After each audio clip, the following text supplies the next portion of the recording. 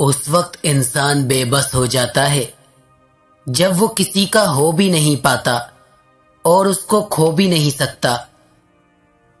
اکثر اوقات انسان کو کسی کے ساتھ مخلص ہونے پر بھی پچھتاوا ہونا شروع ہو جاتا ہے۔ کسی منزل پر پہنچنا ہے تو اس کے لیے صبر بالکل اس طرح ضروری ہے جیسے کسی پودے کو پروان چڑھانے کے لیے پانی ضروری ہے۔ زندگی میں ایسا سفر نہ کرو کہ آگے جانے کے بجائے پیچھے چلے جاؤ۔ لوگ تم سے چاہے سب کچھ چھین لیں مگر تمہارا مقدر نہیں چھین سکتے۔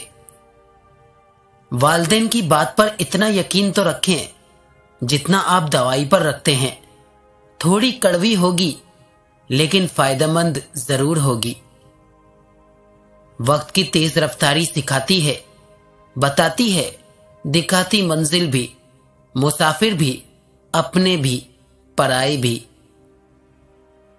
اخلاق ایک دکان ہے اور زبان اس کا تالا ہے۔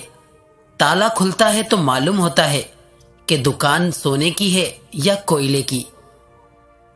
نیت صاف ہو تو نصیب بھی بدلنے لگتے ہیں۔ قبرستان ایسے نوجوانوں سے بھرے ہوئے ہیں جو بڑھاپے میں توبہ کرنے کے خواہش مند تھے۔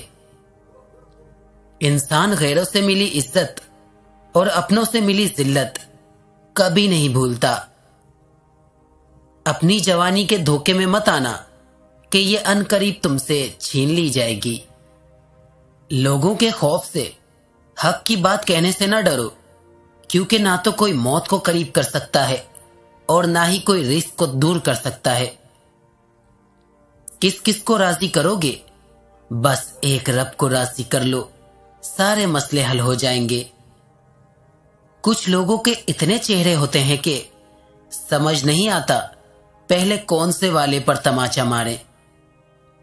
اوروں کے لیے جیتے تھے تو کسی کو شکایت نہ تھی، تھوڑا سا اپنے لیے کیا سوچ لیا، زمانے کے لیے خود غرض ہو گئے۔ کسی کو پانے کے لیے ہماری ساری خوبیاں بھی کم پڑ جاتی ہیں اور کھونے کے لیے ایک خامی ہی کافی ہوتی ہے۔ اپنے گھر کی باتیں باہر کے لوگوں کو نہ بتاؤ، تمہاری غیر موجودگی میں لوگ تمہارا مذاق اڑائیں گے۔ عورت سب سے پہلے اسی مرد کی نظروں سے گرتی ہے جس کی وجہ سے وہ گناہ کرتی ہے۔ جب دل کی بینائی جاتی ہے تو روشن آنکھیں بھی اندھی ہو جاتی ہیں۔